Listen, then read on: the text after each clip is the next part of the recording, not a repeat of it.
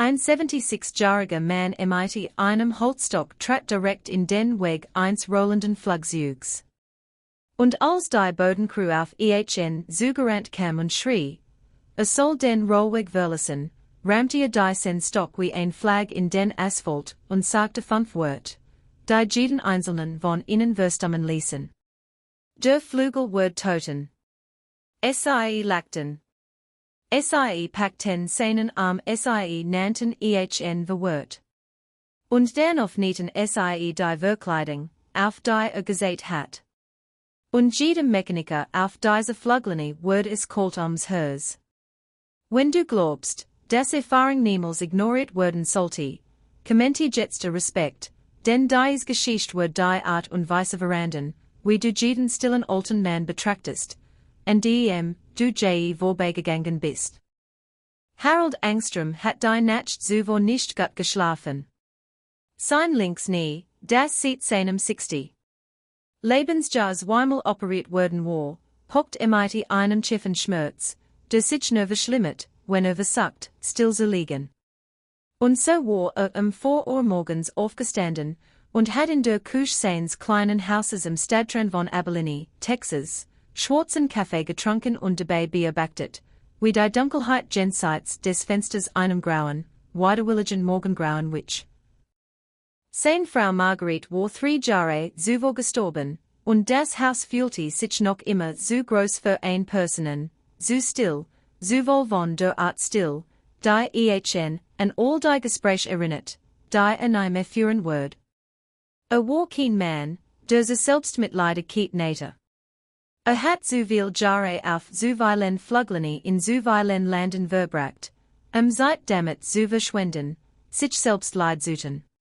Aber die Morgen wären schwer. Die Morgen wären immer schwer. Hugh jedoch hat Harold etwas, worauf sich freuen konnte. Die Luftshow des Stützpunkts das Air Force Base Heritage fand 30 Kilometers östlich statt. Und sein Enkel Thomas, ein 19-jähriger College-Student im zweiten Jahr, der keine von Harolds mechanischen Fähigkeiten gehabt hat, aber sein gesamte Sturheit, hat versprochen, ihn hinzufahren. Thomas kam 7:30 Uhr in einem staubigen Pickup mit Jerusalem Windschutzscheiben, und Harold stieg mit seinem Stock zwischen den Knien und einer verblasten blauen Baseballcap tief über den Augen in den Beifahrersitz. Die Cap hat kein Logo. Hat das Abzeichen vor Jahren entfernt, als die Naht so sehr ausgefranst waren, und hat es nie ersetzt. Es war jetzt einfach ein Cap, nur etwas, das ihm die Sonne vom Gesicht fernhielt. Thomas fragte ihn, ob aufgeregt sei, und Harold sagte, nehme es an. Thomas fragte ihn, welch Flugzeug sehen will, und Harold sagte, will sehen, was auch immer sie hatten. Want nicht die T-28 Trojan, die in der Luftshow-Brosche angekündigt worden war. Want nicht, dass 11 Jahre seines Lebens damit verbracht hat, T-28s auf via verschiedenen Stützpunkten auf 3 Kontinenten zu warten. Want nicht, dass das Geräusch eins Wright A1820 Sternmotors der Klang war, der am tiefsten in seiner Erinnerung lebte, tiefer noch als Marguerites Stimme, tiefer als das Weinen seiner Kinder bei der Geburt, tiefer als Andir. Manche Dinge sagt man nicht laut. Manche Dinge trägt man einfach mit sich. Sie kamen Vittel nach nun auf dem Flugplatz an. Die Sonne drückt bereits schwer herunter, und der Asphalt flimmert vor Hitze. Entlang der Absperrung nahe dem Bereich der Ausstellungsflugzeug sammelten sich Menschenmengen. Familien mit Kindern auf den Schultern, Veteranen in Einheitskappen und bestickten Jacken, Fotografen mit langen Objektiven, die in den Himmel gerichtet waren. Thomas fand einen Parkplatz auf einem Grafeld ein Viertelmeil vom Haupteingang entfernt, und Harold stieg langsam aus, stützte sich auf den Stock, bevor den langen Weg zum Eingang begann. Sein Gang war bedächtig, nicht langsam genug, aber vorsichtig, so wie ein Mann geht, der weiß, dass sein Körper so etwas geworden ist, das Verwaltung als Vertrauen erfordert. Thomas ging neben ihm, passt seine Geschwindigkeiten, ohne einen Kommentar zu machen, was Harold zu schätzen wusste. Der Jung hat wenigstens so viel Verstand. Innerhalb des Geländs war der Lärm enorm. Ein paar T6 Texaner war bereits in der Luft, ihre Motoren brummten bei Formationsüberflügen, die Jubel aus der Mensch riefen. Auf dem Boden stand ein Reihe von Kriegsvögeln, die in der Sonne glanzten, ein P-51 Mustang mit Invasionstreifen, ein Corsair mit ihrem charakteristischen Mohnflügel, ein Grumman-Bearcat in Marineblau gemalt, und dort, am Ende der Reihe, teilweise verdeckt von einem Tankwagen und einer Gruppe Bodencrew in orangefarbenen Westen, saß die T-28 Trojan. Harold sah sie und hörte auf zu gehen. Sagte nichts. Stand einfach mitten auf dem Weg, worin die Menschen in herumflossen wie Wasser einen Stein, und betrachtet dieses Flugzeug so, wie ein Mann ein Foto von jemandem betrachtet, der geliebt hat und der schon sehr lange fort ist. Das Lackierungsschema war im Stil der koreanischen Kriegsschare, der Navy Training Command, glanzend orange und weiße mit schwarzer Beschriftung auf dem Rumpf. Der Propeller war auf Hochglanz poliert. Das Cockpit war offen, und konnte den hinteren Instruktorsitz sehen, auf dem manchmal ein Crew-Chief bei Wartungsprüfungen saß. Sich mit einer Hand im Steuernöppel abstutzend, während mit geübten Augen das Instrumentenbrett abtastet. Harold hat so viel mehr auf diesem Sitz gesessen, als das SIE hat zahlen können. Hat den Jerk von Hydraulikflüssigkeit und abgasen Jerken, das Leder der Gurt und den merkwürdigen metallischen Jerk eines Flugzeugs, das lebendig war, das atmet, das bereit war zu steigen. Thomas beruht seinen Arme opa, als in Ordnung. Harold blinzelt. Gott, sagte schon Sie bewegten sich nahe zum Ausstellungsbereich, und Harold lehnte sich gegen die Absperrung und studiert die T-28 mit der stillen Intensität eines Mannes, der einen Brief in eine Sprache liest, die nur noch sprechen kann. Seine Augen glitten mit einer Präzision über das Flugzeug, die nichts mit Nostalgie und als mit 30 Jahren professioneller Gewohnheit zu tun hat.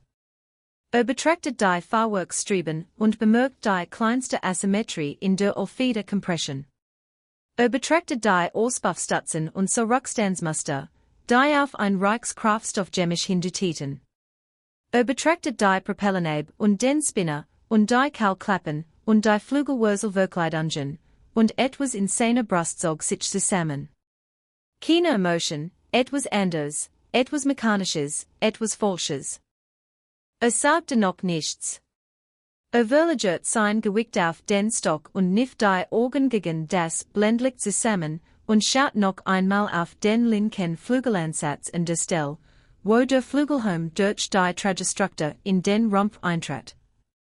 Dort war ein Flimmen, kein Lichtreflex von der Farbe, kein Trick der Hitze, ein Flimmen im Metal selbst, ein kaum wahrnehmbar Verzerrung entlang der Trennlinie, die meisten Menschen in 1000 Jahren nie bemerken würden, da Harold Engström jedoch ausgebildet worden war zu sehen, wer illegal ein Bier trinken dürfte. Es war ein Spannungsindikator. Es bedeutet, dass etwas unter dieser Verkleidung nicht so saß, wie es sollte.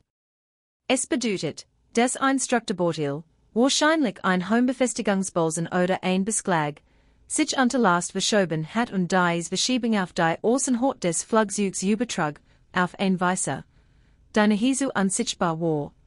Es sei denn, man wusste genau, wo man hinschauen und was man suchen muss. Harold wusste beides. Wandte sich an Thomas. Bleib hier, sagte Thomas runzelt die Stirn. Wohin gehst du? Harold antwortet nicht. Ging bereits auf den Crewbereich jenseits der Absperrung zu. Sein Stock tippte einen gleichmäßigen Rhythmus auf dem Beaten. Sein Kiefer war in einem Ausdruck gesetzt, den Thomas nur ein Handvoll Mal in seinem Leben gesehen hat und gelernt hat, nahe dagegen zu argumentieren. Der Bodencrewchef für die T-28 war ein Mann namens Bruno Kessler, 42 Jahre alt, Besitzer eines Restaurierungsbetriebs für Kriegsflugzeuge in Midland und lizenzierter Mechaniker MIT eine Prüferlizenz. Bruno hat 14 Mon 8 damit verbracht, die speziell T-28 aus einem Maoden Rack wiederherzustellen, das in einer Schule in Arkansas gefunden worden war, und war stolz auf die Arbeit, zurecht. Der Motor war in einer zertifizierten Radial-Motor-Werkstatt in Oregon überholt worden. Die Zell war inspiziert, repariert und war nötig neu beplankt worden. Das Flugzeug hat 10 Jahresinspektion bestanden und eine Sonderfluggenehmigung für die Luftschauvorführung erhalten. Bruno hat persönlich den Vorflugcheck am Morgen abgesegnet und gesehen, wie sein Pilot, ein pensionierter Marinekommandant namens Dieter Stolle, vor 20 Minuten ins Cockpit gestiegen war und die Triebwerksanlasssequenz begonnen hat. Der Großsternmotor hat gehustet und ein wolkblauen Rauch ausgestoßen und sich dann in einen tiefen, resonanten Leerlauf eingependelt, der durch den Boden und in die Sohlen von Brunos Stiefeln vibriert, und hat die Befriedigung gespürt, die jeder Mechaniker empfindet, wenn ein Motor, den überholt hat, zum Leben erwacht und sauber läuft. Stand nahe der Flügelspitze und beobachtet, wie der Propellerwind das Grajenseits des Rollwegs flatsch drückt, also so, wie der alte Mann unter der Absperrung hindurchtorchte und direkt auf das Flugzeug zuging. Bruno hob sofort die Hand. Mein Herr, Sie können hier nicht sein. Das ist ein gesperrter Bereich. Der alte Mann ging weiter.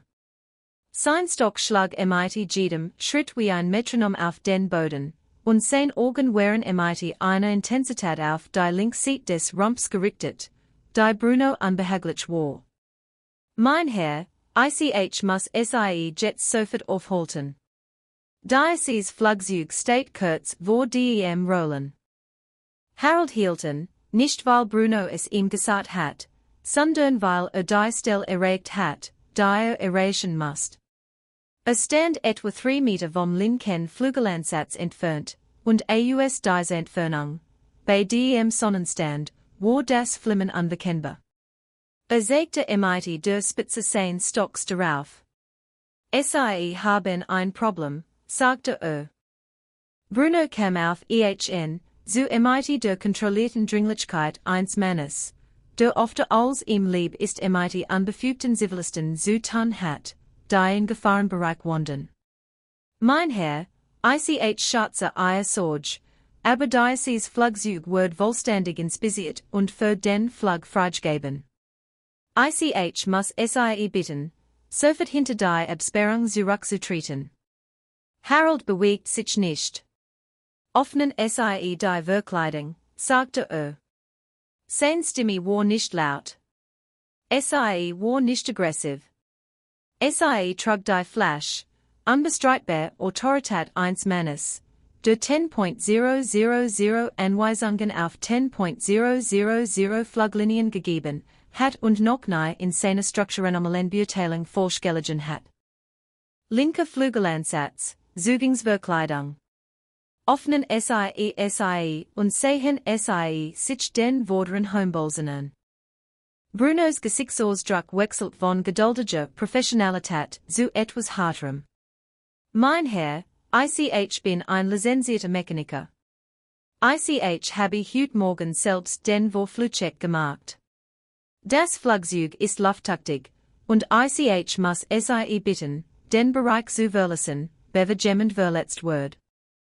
Griff nach Harolds Arm, mit der Absicht, zurück zum Zuschauerbereich zu führen, und Harold zog seinen Arm mit einer Scarf weg, die beide überraschte.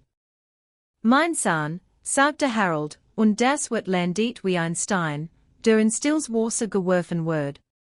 Ich bin nicht verwirrt. Ich bin nicht verloren. Und ich wird die Stelle nicht verlassen, bis Sie dies Verkleidung geöffnet haben.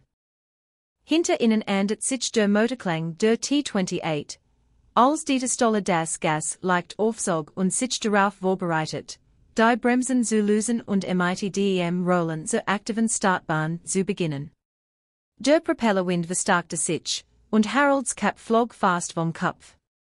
Fing sie mit seiner freien Hand und druckt sie wieder herunter und stand seinen Mann, seinen Stock zwischen den Füßen, wie ein Dritz being eingepflanzt, unbeweglich.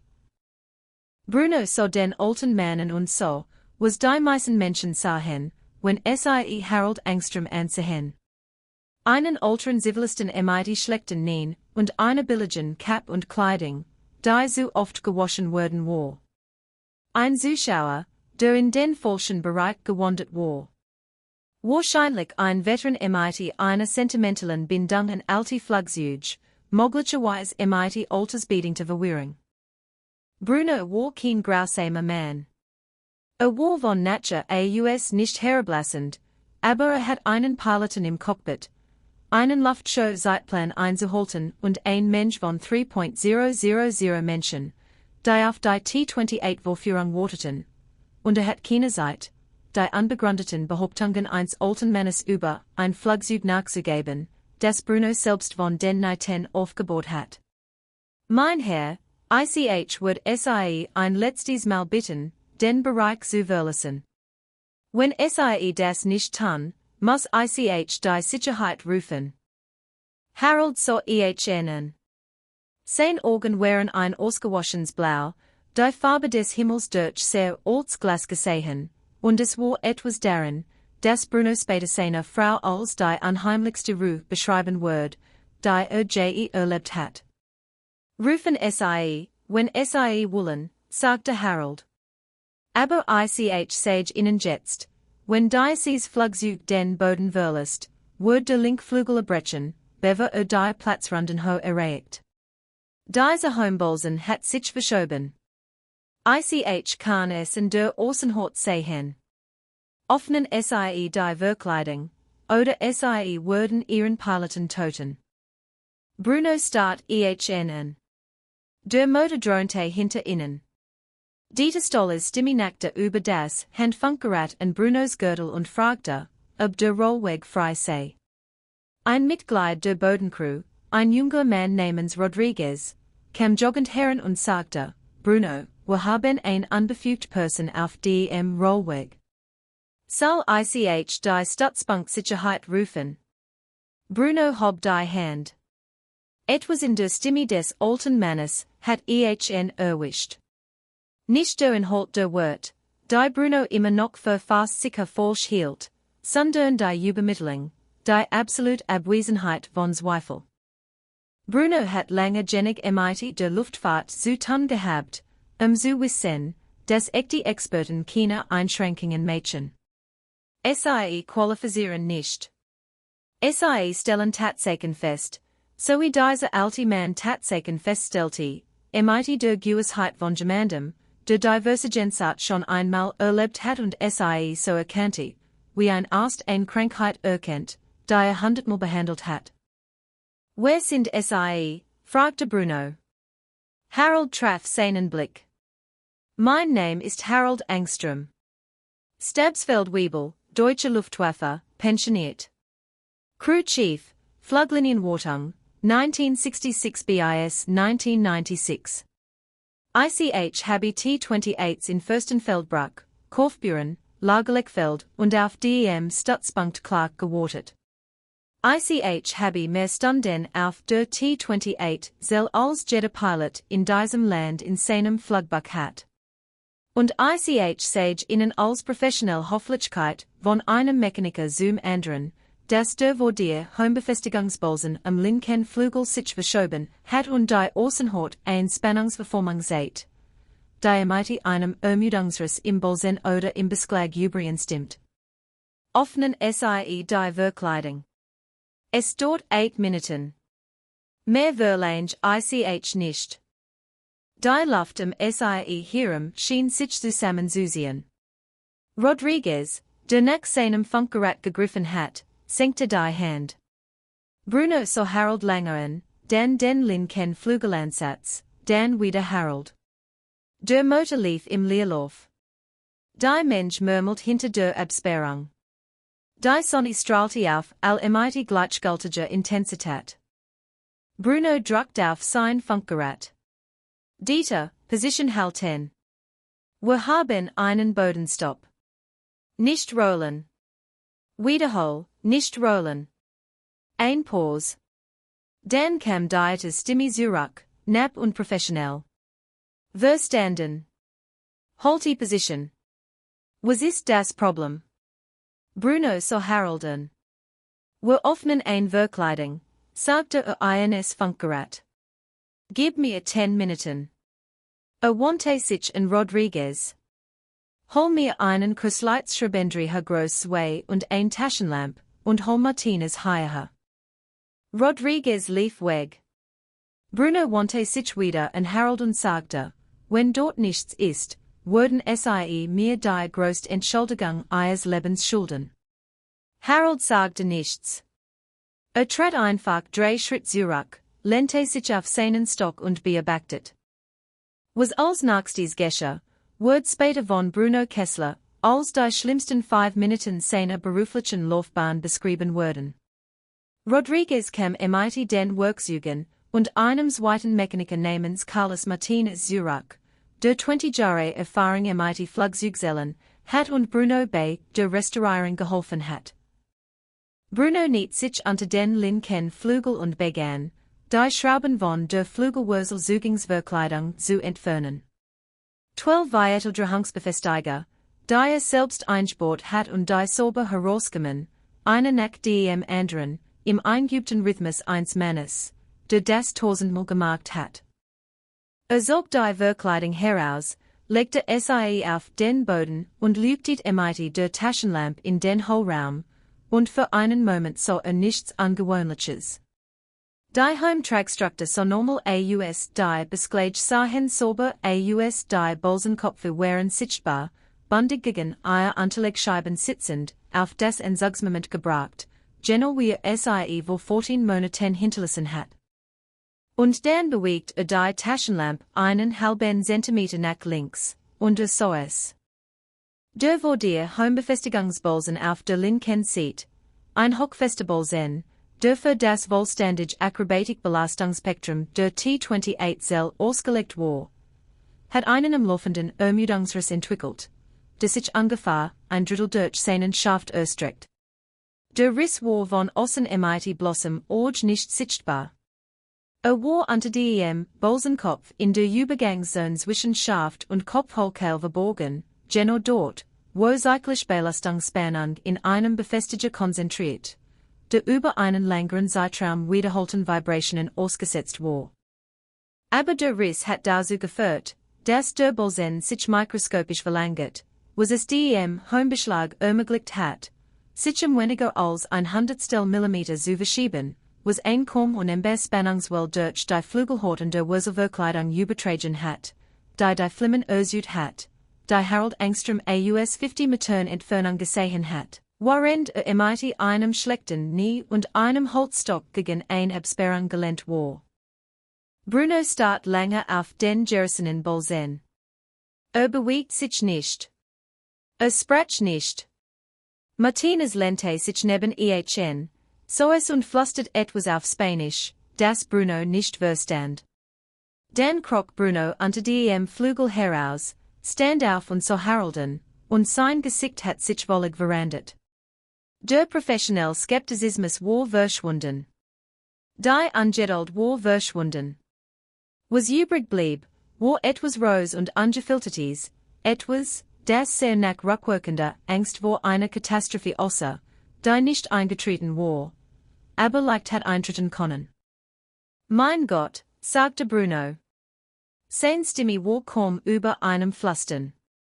War 20 Sekunden vom Rollen zur Startbahn entfernt. Harold nickte einmal. Ich weiß. Bruno fuhr mit der Hand über sein Gesicht und holt einen Atem, der sittend einkam. Bei voller Vorführungsleistung, beim Heraussehen aus VG in einem Flügelüberschlag, hat dieser Bolzen katastrophal versagt. Der Flügelhelm hat sich vom Rumpf getrennt. Der Flügel war gefoltert. Auf 90, wir legt 120 Meter hoch. Die gibt es keine Rettung mehr. Dieter war tot. Harold nickte wieder. Ich weiß. Es gab ein Stillzwischen ihnen, die nicht leer, sondern voll war, dicht mit dem Gewicht des Sen, was beinahe geschehen war, und der unbegreiflichen Precision des Sen, was es verhindert hat. Bruno betrachtet die sen alten Mann, die sen pensionierten Crew Chief, mit seinem abgenutzten Stock und seiner verblesten Cap und seiner stillen, unnachgiebigen Gewissheit, und etwas Bratsch in seiner Brust auf das nicht vorbereitet war. Sein Augen wurden feucht, sein Kehle zog sich zusammen. Streckte sein Hand aus, und als Harold sie ergriff, hielt Bruno mit bei den Händen fest und ließ lange nicht los. Wir haben es gesehen, fragte Bruno. Sein Stimme war heißer. Hinter der Absperrung, 50 Meter entfernt. Wir zum Teufel haben es gesehen. Harold sah auf den Flügel und dann zurück auf Bruno. Wenn du 30 Jahre die gleichsel ansiehst, lernst du, wie sie aussehen soll. Wenn sie nicht richtig aussieht, siehst du es. Du denkst nicht darüber nach. Du analysierst es nicht. Du siehst es einfach. Die Außenhaut hat gesprochen, und ich kenn die Sprach. Bruno schüttelte langsam den Kopf. Ich habe dieses Flugzeug von Grund auf neu aufgebaut. Ich habe jeden Beschlag, jeden Bolzen, jeden inspiziert. Ich habe es abgezeichnet. Ich war sicher. Harolds Gesichtsausdruck wurde zum 10 Mal weicher. Du hast gut Arbeit geleistet, mein Sohn. Das ist ein wunderschön Restaurierung. Aber Ermüdung kümmert sich nicht gut Arbeit. Ermüdung kümmert sich nicht Inspektionen. Sie geschieht nach ihrem eigenen Zeitplan in ihrer eigenen Zeit. Und das Einzige, was sie aufholt, sind Augen, die sie schon einmal gesehen haben. Du wirst sie beim nächsten Mal sehen. Jetzt weißt du, wonach du suchen musst. Inzwischen hat sich ein klein Mensch nahe dem Flügel versammelt, angezogen vom Bodenstopp und dem sichtbaren Aufruhr. Rodriguez hat einigen Leuten erzählt, was passiert, und die Nachricht vibriert sich so, wie Nachrichten bei Luftshows sich verbreiten, schnell und mit zunehmender Ausmachen. Dieter Stolle hat den Motor abgestellt und war aus dem Cockpit gestiegen und stand nun unter dem Flügel und starrt den Gersenen Bolzen mit dem Gesichtsausdruck eines Mannes an, der seinen eigenen Tod betrachtet und wie ein Welle. Die sich vom Ufer zurückzieht, rückwärts durch die Zeitweichen so. Schwieg lange. Dann ging zu Harold und stand vor ihm und sagte mehrere Sekunden lang nichts. Sie haben mein Leben gerettet, sagte Dieter schließlich. Harold schüttelte den Kopf. Ich habe nur das getan, wozu ich ausgebildet wurde. Dieter, ein pensionierter Marinekommandant, der Kampfeinsatz geflogen hat und nahe ein Mann gewesen war, der zu öffentlichen Gefühlsausbrüchen nähte, legte sein Hand auf Harolds Schulter und drückt, und sein Augen glänzten mit etwas, das nicht zu verbergen versucht. Innerhalb von Minuten erreicht die Nachricht das Betriebszentrum der Luftshow. Die Showdirektorin, ein pensioniert Luftwaffenoberstleutnant namens Patricia Weber, kam persönlich auf die Fluglinie, begleitet von 2 Mitgliedern des Stützpunktssicherheitsbüros und einem Inspektor der Luftfahrtbehörde, der zufällig für die Veranstaltung vor Ort war. Sie untersuchten den Bolzen. Sie untersuchten die Verkleidung. Sie sprachen mit Bruno und mit Dieter. Und dann sprachen sie mit Harold. Und als Harold seinen Namen und sein Dienstgeschichte nannte, verwandelte sich Patricia Webers Gesichtsausdruck auf ein Weise, die Harold sagte, dass sie genau wusste, womit sie es zu tun hat. Sie war ihre Herkunft nach Wartungsoffizieren. Sie war in den 1980er Jahren durch die Logistikpipeline beim Luftausbildungskommando aufgestiegen. Und sie wusste, was ein 30-jähriger Crew Chief war. Sie wusste, was dies Art von Erfahrung bedeutet. Sie wusst, dass es Männer und Frauen gab, die ihr gesamten Karrieren damit verbracht hatten, Flugzeug durch die bloß Kraft ihrer Aufmerksamkeit, ihrer Disziplin und ihrer Weigerung, irgendet was durchgehen zu lassen, in der Luft zu halten, und dass dies Männer und Frauen einen nach dem anderen verschwanden, während sie alte wurden, in den Ruhestand traten und starben, und ein Wissen sich nehmen, das kein Handbuch erfassen und kein Computer replizieren konnte. Sie bat Harold, sich zu setzen. Sagte, stehe gut. Sie fragte ihn, aber was brosch. Sagte, konnte etwas gebrochen. Ein junger Soldat brachte ihm ein Flasch, und Harold trank davon und wischte sich den Mund mit dem Handrücken ab und wartet. Patricia sah ihn einen Moment lang an und sagte dann, Herr Engström, ich liet seit 12 Jahren Luftshows und ich habe so etwas nie gesehen. Sie haben einen kritischen Strukturfehler aus dem Zuschauerbereich mit nichts als ihren Augen entdeckt. Sie haben sich geweigert, abgewiesen zu werden. Sie haben ihren Standpunkt gegen ein professionelles Wartungsteam gehalten, das Flugzeug für den Flug freigegeben hat. Und Sie hatten recht. Sie hatten absolut, unzweideutig recht. Und wenn Sie heute nicht hier gewesen wären, oder wenn Sie nicht den Mut gehabt hatten, auf diesen Rollweg zu treten, wo Kommandantenstelle und Sicherheit grenzende Wahrscheinlichkeit tot, und 3.000 Zuschauer hatten es miterlebt. Harold sah Sie ruhig an. Ich habe nichts Besonderes getan. Ich habe nur das Flugzeug angesehen. Patricia schüttelte den Kopf. Nein, Sie haben das Flugzeug so betrachtet, wie es hier niemand sonst konnte. Das ist nicht nichts. Das ist alles. Der Luftfahrtbehördeninspektor, ein Mann namens Gaza, war weniger potisch, aber nicht weniger beeindruckt. Nahm Harolds Aussage formal auf und zeichnete sein Beobachtungen und sein Begründung in präziser technischer Sprache auf, die Harold der Flüssigkeit eines Mannes liefert, der etwas resultiert, das sein ganzes Erwachsenenleben lang gekannt hat. Der war der Homebolzen an 612a, Einsport in Position LP4 und der Flügeltragstruktur, hat einen Ermüdungsriss erlitten, der im Kopf zu scharft Radius entstanden war und sich im Laufen durch ungefähr 35% des Bolzenquerschnitts ausgebreitet hat.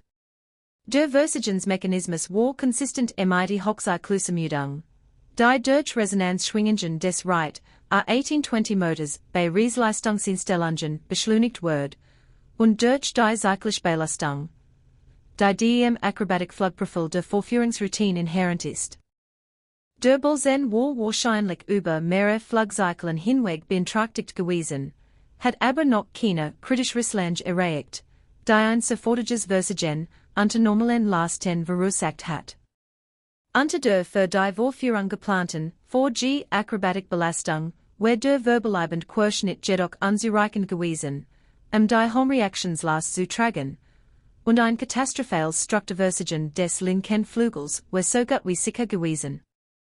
Gaza schaut von seinen Notizen auf und sagte, Sie haben all das aus einer visuellen Beobachtung der Hortverformung aus 50 Metern Entfernung diagnostiziert. Harold sagte, mein Herr. Gaza sagte, das ist das beeindruckendste Stück präventive Wartung, das ich dokumentiert habe. Harold sagte, denke, mein Herr, und verlagert sein Gewicht auf seinen Stock, und das war alles, was da so sagte. Die T-28 wird sofort gerettet. Bruno Kessler, erschüttert aber entschlossen, begann ein vollständig new Inspection jeds Strukturbefestiges in der Zelle, ein Prozess, der Wochen dauern wird. Teilte Harold dass ein Homebolzen-Inspektionsprotokoll basierend auf Harolds Beobachtungen einführen wird, ein Bohroscope-Inspection aller kritischen Befestiger in 50 Stunden Intervallen, was die Empfehlungen des Herstellers übertraf, die Bruno aber jetzt als absolutes Minimum betrachtet. Harold Hort zu, nickte und machte einige Vorschläge zu Inspektionstechniken und Beleuchtungswinkeln, die Bruno in sein Taskenotisblock mit der sorgfältigen Handschrift eines Mannes schrieb, der Verstand, dass etwas Wortwahls aufzeichnet. Thomas, der in der Absperrung gestanden und all dies mit der weitogenen Verbluffung eines 19-jährigen beobachtet hat, der gerade erfahren hat, dass sein Großvater nicht einfach ein alter Mann war.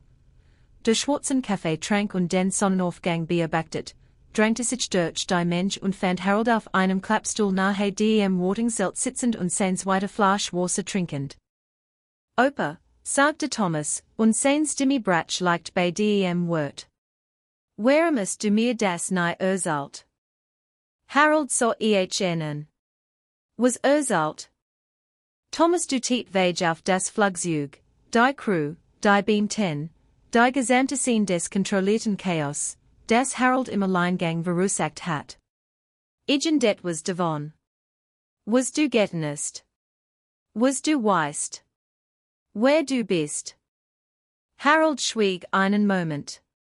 Sah auf die T-28, die nun still dastand mit abgenommener Cowling und feinem Flügelpanel wie ein Patient auf einem Operationstisch, und sagte, Thomas, ich habe 30 Jahre damit verbracht sich zu stellen, des Piloten lebend nach Haus kamen. Das war mein Job. War nicht glamourös. Niemand hat Crew Chiefs Medaillen verliehen. Niemand hat Geschichten über uns geschrieben. Wir haben einfach die Arbeit gemacht und sie richtig gemacht, und die Flugzeug flogen, und die Piloten kamen nach Haus, und das war genug. Es war immer genug. Thomas setzte sich neben ihn und sagte nichts. Und sie saßen zusammen im Schatten des Wartungszelts, worin die Luftshow sie herumweiterging, der Klang von Triebwerken über ihnen und das Jubeln der Mars-Sen. Und Harold hort all dem mit der stillen Aufmerksamkeit eines Mannes zu, der sein ganzes Leben damit verbracht hat, Maskinen zu hören, und nie aufgehört hat. Später am Nachmittag fand Patricia Weber Harold wieder. Sie teilte ihm mit, dass das Luftshow-Komitee während der Abschlusszeremonie öffentlich auszeichnen wollte. Harold sagte, das sei nicht nötig. Patricia sagte, verstehe das, hoff aber, dass es sich noch einmal jubeligt, denn was getan hat, würde es gesehen und anerkannt zu werden, nicht Seintwillen, sondern des jeden Crew Chiefs und Wartungsfachmanns Willen, der übersehen, unterschätzt oder vergessen worden war. Harold sah lange an, und etwas verschob sich hinter seinen Augen. Etwas Alts und Muds und Tiefvergrabens, das sehr lange darauf gewartet hat, angesprochen zu werden. Sagte, in Ordnung. 17 Uhr, als die Sonne sich dem westlichen Horizont nähert und den Himmel über dem Flugplatz in Bernstein und Rottenen farbte, ging Harold Angstrom langsam, so mit der Hauptbühne vor 3.000 Menschen. Benutzt seinen Stock. Trug sein Verblist Cap. So genau so aus, wie war, ein alter Mann, der sein Leben im Diensten etwas Größerem als sich selbst verbracht und davor nichts verlangt hat. Patricia Weber stand am Mikrofon und erzählt der Mensch, was sich an diesem Morgen erinnert hat. Erzählt von dem Bolzen. Erzählt von dem Flügel. Erzählt von dem Mann, der gesehen hat, was sonst niemand sehen konnte, und der sich geweigert hat, zum Schweigen gebracht zu werden, bis die Wahrheit gehört wird. Und dann sagte Stabsfeldwebel Harold Angstrom, Deutsche Luftwaffe, leistet 30 Jahre auf der Fluglinendienst und hielt an sehr Flugzeug und Piloten sicher. Heut hat es noch einmal getan. Und ich denke, es ist in der Zeit, ihm zu sagen, was wir Männern und Frauen wie ihm schon lange hatten sagen sollen. Danke. Danke für Ihren Dienst. Danke für Ihr Augen. Danke, dass Sie nicht weggegangen sind. Die Mensch erhob sich. 3.000 Menschen standen von ihren Liegestuhlen und Decken und Tribünenplätzen auf. Und der Klang, den sie machten, war kein Jubel Genor, sondern etwas Tieferes. Etwas, das eher aus der Brust als aus der Kehle kam. Ein anhaltender Lärm der Anerkennung, der über den Flugplatz rollte wie Donner. Harold stand inmitten davon seinem Stock in der rechten Hand und seiner Cap in der linken. Und winkte nicht und lächelt nicht und weinte nicht. Aber sein Kinn zitterte einmal, nur einmal. Und das reichte, jedem, der Süße, zu sagen, dass sie gehört hat und dass es von Bedeutung war. Dieter Stoller bestieg die Bühne und salutiert ihm. Ein Woller, Napper, Lübeckmäßiger Salat von einem pensionierten Marinekommandanten und einen Luftwaffen-Stabsfeldwebel, was in der starren Welt des Militärprotokolls keine Standardpraxis war. Aber in der größeren Welt der Männer, die anderen Männern ihr Leben verdanken, die natürlichste Sache der Welt war.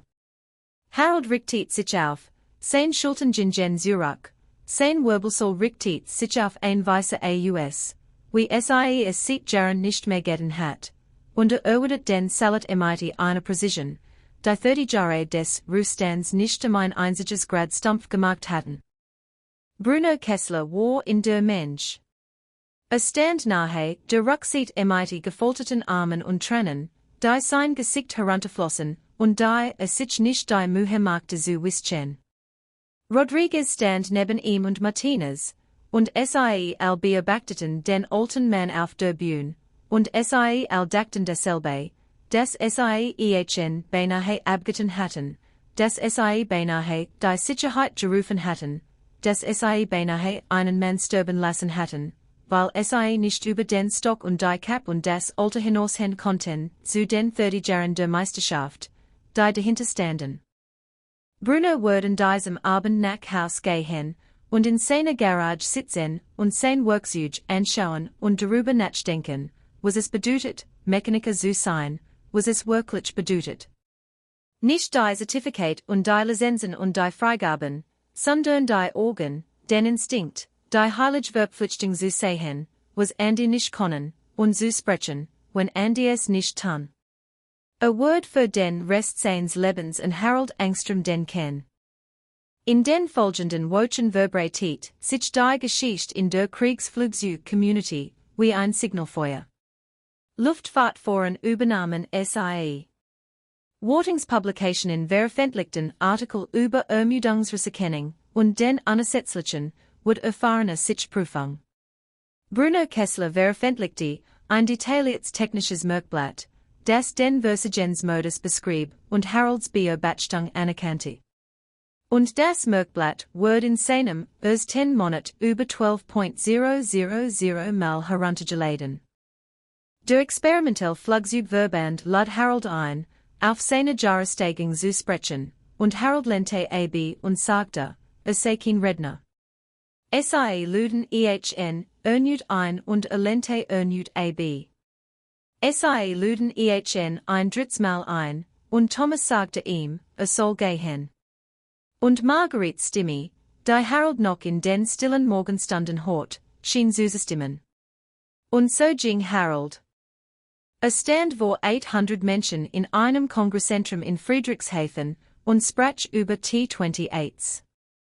Sprach über Schraubenmuster und Spannungskonzentrationsstellen und die Art, wie Metal zu dir spricht, wenn du bereit bist zu hören. Sprach 45 Minuten ohne Notizen. Und als fertig war, gab ihm das Publikum Standing Ovations, die so lange dauerten, dass Harold schließlich die Hand hob und sagte, in Ordnung, das ist genug. Ich habe einen Flug zu erwischen. Der Saal lacht, und dann jubelt wieder, und Harold verließ die Bühne mit seinem Stock, der auf den Boden tippte, und seine tief jesogenen Cap und dem Schatten eines Lächelns in seinem Gesicht, das Illusion Word, wenn jemand fragte. Dieter Stoller schrieb Harold einen Brief. Kam in einem schlichten weißen Umschlag ohne Absenderadresse an, nur ein Marinesenker auf der Rückseite geprägt. Darin stand auf einem einzigen Blatt Papier, in einer Handschrift, die sorgfältig und bedächtig war, hat Dieter geschrieben, Harold, ich bin im Kampf geflogen. Ich habe Flugabwehrführer und Bodenluft Rake 10 erlebt. Ich habe mich aus einem brennenden Flugzeug über offenem Wasser katapultiert. Aber am nächsten bin ich dem Todd Gemmels an einem sonnigen Tag in Texas gekommen, als ich 20 Sekunden davon entfernt war. Ein wunderschönes Flugzeug mit einem gebrochenen Flügel zur Startbahn zu rollen. Du hast auf diesem Rollweg gestanden mit nichts als einem Stock und 30 Jahren Wissen, und ist mein Leben gerettet. Ich habe keine Wort, dir zu sagen, was das bedeutet. Ich würde den Rest meines Lebens damit verbringen, sie zu finden. Dein Freund, Dieter. Harold las den Brief zweimal, faltet ihn, und legte ihn in die Schublade seines Nachttisches neben Margaretes Ewing und einem Foto seiner Crew von der Luftwaffenbasis Clark, 1979. Sagte ihn niemandem. Manche Dinge waren nicht zum Sagen bestimmt. Manche Dinge waren einfach zum Wissen. Die T-28 flog 6 Monate später wieder, mit einem neuen Satz Hombolzen und einem verstärkten Inspektionsprotokoll und einem kleinen Aufkleber am linken Flügelansatz, auf dem stand, Angstrom geprüft. Bruno Kessler hat ihn selbst dort angebracht, handgemalt in weißen Buchstaben auf dunkelblauem Hintergrund. Und als Harold ihn zum ersten Mal bei der nächsten Luftshow sah, stand vor diesem Flügel und sah dies Buchstaben und sagte sehr lange kein Wort. Thomas stand neben ihm, und diesmal fragte Thomas nicht, ob in Ordnung sei. Weil Thomas jetzt verstand, auf eine Art, wie es zuvor nicht verstanden hat, dass das Schweigen seines Großvaters keine Leer war, sondern voll, keine Abwesenheit, sondern Anwesenheit, das angesammelte Gewicht eines Lebens, das damit verbracht wird, aber zu leisten, die auf eine Weise von Bedeutung war, die meisten Menschen nie sehen würden. Harold Angstrom kehrte in sein Haus in Abilene, Zurich. Trank seinen schwarzen Kaffee morgens und beobachtete den Sonnenaufgang und hörte die still, die nicht mehr ganz so still war, weil es nun etwas Neues enthielt. Kein Lärm, keine Aktivität, nur das ruhige Wissen, das gesehen worden war. Das nach 30 Jahren unsichtbare, dienstjemand ihn, so betrachtet hat, wie Flugzeug betrachtet, mit Aufmerksamkeit und Respekt und dem Verständnis, das was in der Oberfläche gewöhnlich erscheint, etwas Außergewöhnliches in sich tragen kann. War 76 Jahre alt. Sein Knie schmerzten. Seine Frau war fort, sein Kap war verblasst, und hat ein Menschenleben gerettet mit nichts als seinen Augen und der Sturheit, sie zu benutzen. Und das war keine schlechte Sache, an einem Dienstagmorgen in Texas gehen zu haben. Das nächste Mal, wenn du einen alten Mann mit einem Stock und einer verblassten Kap siehst, der langsam durch einen Ort geht, wo ihn scheinbar niemand bemerkt, erinnere dich an dies Geschichte. Erinnere dich, dass still keine Leer ist. Erinnere dich, dass alte keine Bedeutungslosigkeit ist. Erinnere dich, dass hinter jeder stillen Außenzeit 30 Jahre der Meisterschaft stehen können, ein Leben des Dienstes und ein paar Augen, die sehen können, was wir anderen nicht sehen. Und erinnere dich, dass wenn dieser Mann spricht, das Klagste, was du tun kannst, ist, zu hören. Wenn dies Geschichte dich bewegt hat, abonniere diesen Kanal, denn wir glauben, dass Respekt nicht Titel oder Uniformen gegeben wird. Word von jenen verdient, die still dienen und nie aufhören, über den Rest von uns zu wachen. Teil dies mit jemandem, du es hut hören muss.